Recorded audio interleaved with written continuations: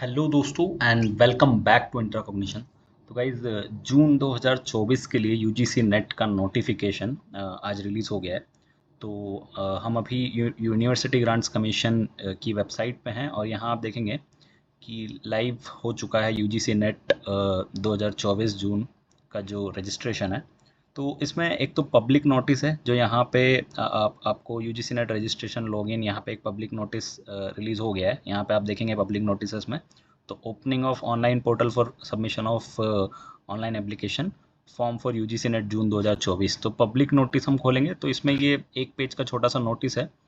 उसके साथ ही यहाँ पे एक इन्होंने इन्फॉर्मेशन बुलेटिन में 2024 का जून 2024 का एक बुलेटिन भी तैयार किया है। उसमें कई सारे मेजर चेंजेस हैं तो वो हम डिस्कस करेंगे। ठीक है, तो एक बार पहले पब्लिक नोटिस देख लेते हैं कब शुरू हो रहा है एप्लीकेशन और लास्ट डेट क्या होगी, क्या फीस कितना है।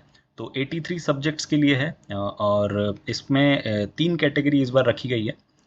तो पहले हमेशा दो ही कैटेगरी होती थी, एक नेट होता था and second one was net plus JRF, लेकिन इस बार इन्होंने तीन कैटेगरी रखी है। तो तीनों कैटेगरीज एक बार देख लेते हैं। Award of junior research fellowship and appointment as assistant professor. तो पहली कैटेगरी तो ये है आपकी जिसमें जेआरएफ और असिस्टेंट प्रोफेसर दोनों हैं। Second category appointment as assistant assistant professor and admission to PhD, second category. And third is only admission to PhD. तो अभी समझेंगे इसको आगे क्या होता है। तीन कैटेगरी में इस बार रिजल्ट डिक्लेयर होंगे। तो ऑनलाइन एप्लीकेशन 20 अप्रैल से शुरू हैं और 10 मई इसकी लास्ट डेट होगी। और इसके बाद अगर आपको फ़ी पेमेंट करना है, क्रेडिट डेबिट, तो ये सब आप देख सकते हैं 11 मई एंड 13 मई टू 15 मई में कुछ करेक्शन करना है तो। लेकिन जो एग्ज़ाम की जो डेट ऑफ एग्जामिनेशन जो शुरू होंगे वो 16 जून 2024 से शुरू होने वाले हैं।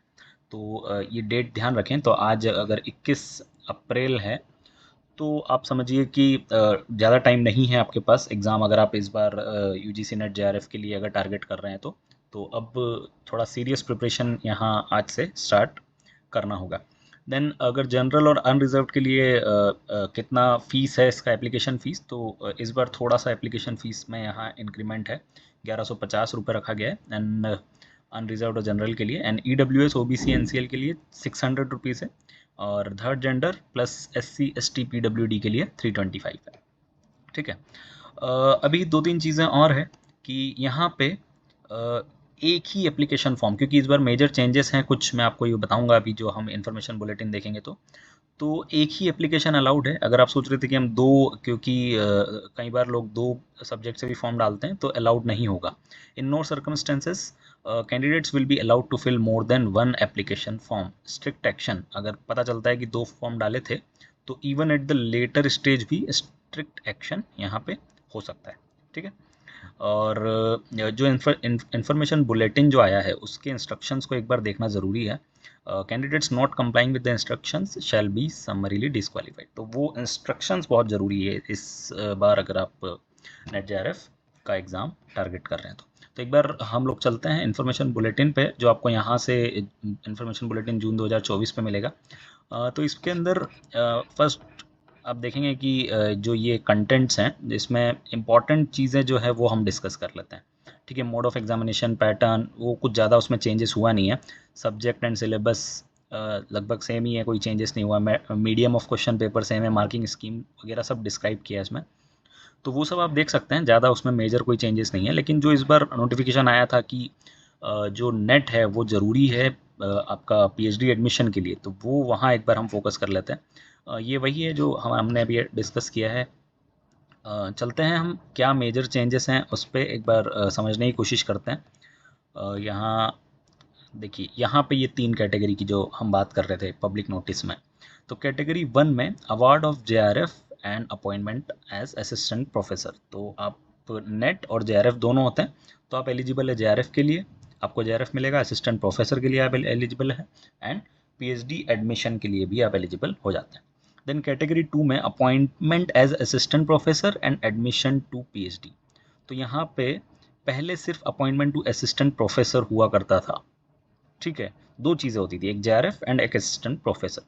अभी यहाँ असिस्टेंट प्रोफेसर का अपॉइंटमेंट प्लस पीएचडी, तो इसमें आपको जेआरएफ नहीं मिलेगा, आप असिस्टेंट प्रोफेसर के लिए एलिजिबल हो जाएंगे अगर आप इस कैटेगरी में आते हैं, आपके मार्क्स स्कोर होते हैं, और पीएचडी एडमिशन के लिए भी आप एलिजिबल हो जाएंगे। थर्ड कैटेगरी में एडमिशन टू पीएचडी ओनली, तो इसमें आप असिस्टेंट प्रोफेसर के लिए भी एलिजिबल नहीं होंगे।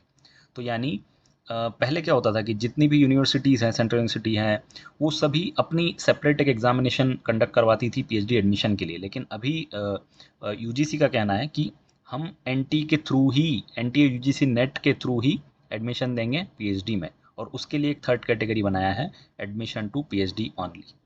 ठीक है, तो ये एक इम्पॉर्टेंट चेंज था जो थोड़े दिन पहले एक नोटिफिकेशन भी आया था, पब्लिक नोटिस भी आया था यूजीसी का। ठीक है, यहाँ पे एक चीज़ और देख लेते हैं कि नेट का जो वेटेज है वो 70% होगा पीएचडी एडमिशन के टाइम। नेट में जो आप मार्क्स लाएं उसका 70% वेटेज, और 30% इंटरव्यू वाइवा वॉस का होगा वहाँ पे एडमिशन के टाइम। ठीक है, यानी अगर आप जेआरएफ क्वालिफाई करते हैं तो आपके चांसेस बहुत बढ़ जाते हैं कोई भी अच्छी यूनिवर्सिटी में as a PhD scholar join करने के। ठीक है, पहले ये थोड़ा मुश्किल होता था कि अगर आप जेआरएफ हैं तब भी आप एडमिशन लेना आपके लिए थोड़ा मुश्किल हो जाता था। ठीक है, तो ये एक आपके लिए अच्छी न्यूज़ हो सकती है जो लोग नेट जेआरएफ क्वालिफाई करते हैं इस बार। ठीक है, देन कैटेगरी एंड 2 एंड 3, ये जो कैटेगरी है, जो मार्क्स ऑब्टेंड है, वो will be valid for 1 year from the date of declaration of the result. ठीक है, 1 साल तक आप एडमिशन ले सकते हैं, और परसेंटाइल में आएगा इस बार, क्योंकि मार्क्स जो होंगे वो आपके यूटिलाइज होंगे पीएचडी एडमिशन में, तो सभी को परसेंटाइल में रिजल्ट दिया जाएगा और मार्क्स भी बताए जाएंगे अलॉन्ग विथ मार्क्स ऑब्टेंड। पहले ये नहीं होता था। The number of candidates who will qualify for admission to PhD only, जो थर्ड कैटेगरी है, will be decided by the results committee. Okay, तो एक रिजल्ट्स कमिटी ये डिसाइड करेगी। इसके अलावा देखिए, यूजीसी नेट के अलावा भी कुछ फेलोशिप होती है जो ministry of social justice and empowerment के थ्रू दी जाती है। उसमें आपको एक national fellowship for scheduled caste students NFSC, and then national fellowship for other backward classes, and third one is national fellowship for person with disabilities. ठीक है, तो इन फेलोशिप के लिए भी अगर आप अप्लाई करना चाहते हैं ये भी फेलोशिप, तो shall also have to apply for the test. ठीक है, तो इनको भी टेस्ट के लिए अप्लाई करना ही है, यानी नेट सभी को देना है। ठीक है, ये समझ में आ गया। पैटर्न यहाँ आप देख सकते हैं सिमिलर है, सेम पहले जैसा, और मार्किंग स्कीम वगैरह सब कुछ सेम है। नो नेगेटिव मार्किंग यहाँ अभी भी मेंटेन्ड है, और सेम दो मार्क्स का एक क्वेश्चन के 2 मार्क्स आपको मिलेंगे, no negative marking. Qualifying examination same है, आपका मास्टर्स होना चाहिए, लेकिन इसमें एक बहुत ही इंटरेस्टिंग चीज़ ये है कि अगर आपका 4 इयर्स आप देखेंगे जे पॉइंट, तो 4 इयर्स बैचलर डिग्री प्रोग्राम अगर आपका है तब भी आप यूजीसी नेट की एग्ज़ाम में अपीयर हो सकते हैं। और ये देखिए आप, इसमें इतनी अच्छी इंपॉर्टेंट चीज़ है, और बहुत ही मैं कहूँगा अच्छा इनिशिएटिव है कि अगर आप 4 साल का अपने कोई डिग्री लिया है, 4 इयर्स डिग्री, तो आप किसी भी सब्जेक्ट में नेट क्वालिफाई कर सकते हैं जिसमें आप पीएचडी करना चाह रहे हैं, irrespective of the discipline in which they have obtained the 4 years degree. यानी अगर आपने इंजीनियरिंग किया है तो आप 83 में से किसी भी सब्जेक्ट का नेट का फॉर्म डाल सकते हैं, है ना। तो यहाँ पे पीएचडी और रिसर्च को बढ़ावा देने के लिए ये इनिशिएटिव लिया गया है। ठीक है, तो काफ़ी अच्छा एक स्टेप है ये, क्योंकि हम लोग रिसर्च को यहाँ बढ़ावा देने के लिए ये ट्राई कर रहे हैं। Then instructions, the net will be dependent on performance of candidate both UGC NET. ये सारी चीज़ें ऑलरेडी हम जानते हैं, जो लोग पीएचडी के लिए अप्लाई करते हैं। जूनियर रिसर्च फेलोशिप क्या होता है, कैसे मिलता है, कब मिलता है, ये सारी चीज़ें यहाँ पे दे रखी है। Then examination eligibility for assistant professor shall remain minimum eligibility condition for recruitment. हाँ, तो ये एलिजिबिलिटी जो है ये तो रहेगी मिनिमम एलिजिबिलिटी। ठीक है, और उसके अलावा भी जो प्रोसेस होती है उसके बाद में जो इंटरव्यू एंड ऑल, वो सब कंटिन्यू रहेगा।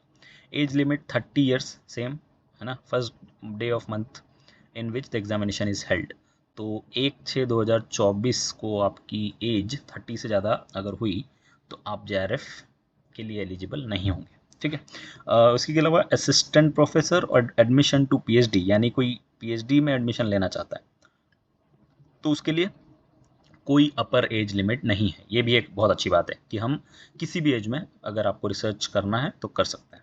ठीक है। रिजर्वेशंस वही same as the norms, 15%, 7%, 27.5, 27 and 10% for EWS category and 5% will be for PWD। इसमें 40% से ज़्यादा होना चाहिए। देन कुछ प्रोविजन है related to PWD and registration and application process यहाँ क्लियरली मैंशनड है, इसके अकॉर्डिंग आप देंगे। और ये पूरा इन्होंने प्रोसेस यहाँ समझाया है कि कैसे आपको एग्ज़ाम देना है, 4 print outs, conformation page, admit card, ये सारी डिटेल्स इस इंफॉर्मेशन बुलेटिन में इन्होंने मेंशन कर दी है। तो NTA ये जो है will be 90 days from the date of declaration, the record of UGC NET will be preserved up to 90 days. हाँ, यहाँ पे 90 डेज तक ही प्रिजर्व करेंगे ये, ठीक है, रिजल्ट डिक्लेयर होने के बाद। Re evaluation re checking no corresponding in this, मतलब यहाँ पे कोई री एवेल्यूशन री चेकिंग का कोई प्रोविज़न नहीं है, ठीक है। अभी ये कुछ सर्टिफिकेट्स हैं PWD के लिए, नीचे हम ये यहाँ पे प्रोसीजर ऑनलाइन जो होता है वो है। देन इन्होंने सभी जो HDFC बैंक में तो कोई अगर प्रॉब्लम होती है, कोई दिक्कतें अगर हैं आपको पेमेंट में, तो यहाँ पे हेल्प डेस्क सभी बैंक के यहाँ पे आपको दिए गए हैं, ठीक है। देन एक चीज़ और यहाँ पे थी कि ये सब्जेक्ट कोड्स अपना आप एक बार चेक कर लीजिए। अगर आप सोशल वर्क से हैं तो आपका सब्जेक्ट कोड अभी चेंज नहीं हुआ है, सेम है। सब्जेक्ट कोड आपका 10 ही है अभी भी, ठीक है। और हाँ, यहाँ पे आप देखेंगे 10 फॉर 73 सोशल वर्क, ठीक है। इस जिसका सब्जेक्ट यहाँ पे नहीं है उनकी भी उन्होंने यहाँ पे रिलेटेड सब्जेक्ट से आप अप्लाई कर सकते हैं। List of subjects at post graduation level and their codes भी यहाँ पे गिवन है। Then list of post graduation and their codes यहाँ पे अपेंडिक्स 4 है। और ये सब स्टेट कोड, सिटी कोड, ये सारी चीज़ें यहाँ पे है, क्योंकि आपका जब एडमिट कार्ड आएगा तो उसमें कोड्स वगैरह शायद लिख के आएंगे। यहाँ पे जो मार्क्स कैलकुलेट होंगे, नॉर्मलाइजेशन प्रोसीजर, और ये मल्टी सेशन अगर पेपर होता है तो उसका एक प्रोसेस यहाँ पे मेंशन्ड है, तो आप वो भी देख सकते हैं कैसे होता है, ठीक है। अगर ज़्यादा लोग अप्लाई करते हैं तो उसके लिए इन्होंने रैशनलाइजेशन और नॉर्मलाइजेशन जो भी आपका है उसके लिए एक प्रोसेस तैयार किया है, ठीक है। इसके अंदर एक फार्मूला है, ये टोटल परसेंटाइल कैसे निकाला जाएगा, ठीक है। तो और ये जो है कुछ कोड्स हैं, सिटी कोड्स, जहाँ पे एग्जामिनेशन कंडक्ट होगी। इसके अलावा कुछ इम्पोर्टेंट, कुछ नया नहीं है। अगर आप UGC नेट दे रहे हैं, फॉर्म अप्लाई कर रहे हैं, तो इस तरह का ये जब आप अप्लाई करते हैं तो इस तरह से ये पूरा प्रोसेस इन्होंने दे रखा है, कैसे आपको अप्लाई करना है, क्या चीज़ कहाँ फिल करनी है, ठीक है। तो ये एक डिटेल्ड इन्होंने यहाँ पे एप्लीकेशन सबमिट करने के लिए फ़ी पेमेंट तक ये सारी चीज़ें यहाँ पे इन्होंने मेंशन की हुई है। तो मुझे लगता है कि कुछ अच्छे चेंजेस इस बार हुए हैं और काफ़ी डिटेल्ड इन्होंने इन्फॉर्मेशन बुलेटिन भी पब्लिश किया है। और UGC नेट काफ़ी प्रोग्रेसिव रिसर्च जो माइंडसेट की तरफ हम लोग जा रहे हैं, है ना। प्रमोशन टू द रिसर्च जो करना चाह रहा है उनको प्रमोट करने के लिए नए नए इनिशिएटिव्स हम लोग ले रहे हैं। तो एक कई सारी अच्छी चीज़ें इस बार इस इंफॉर्मेशन बुलेटिन में ऐड हुई है, ठीक है।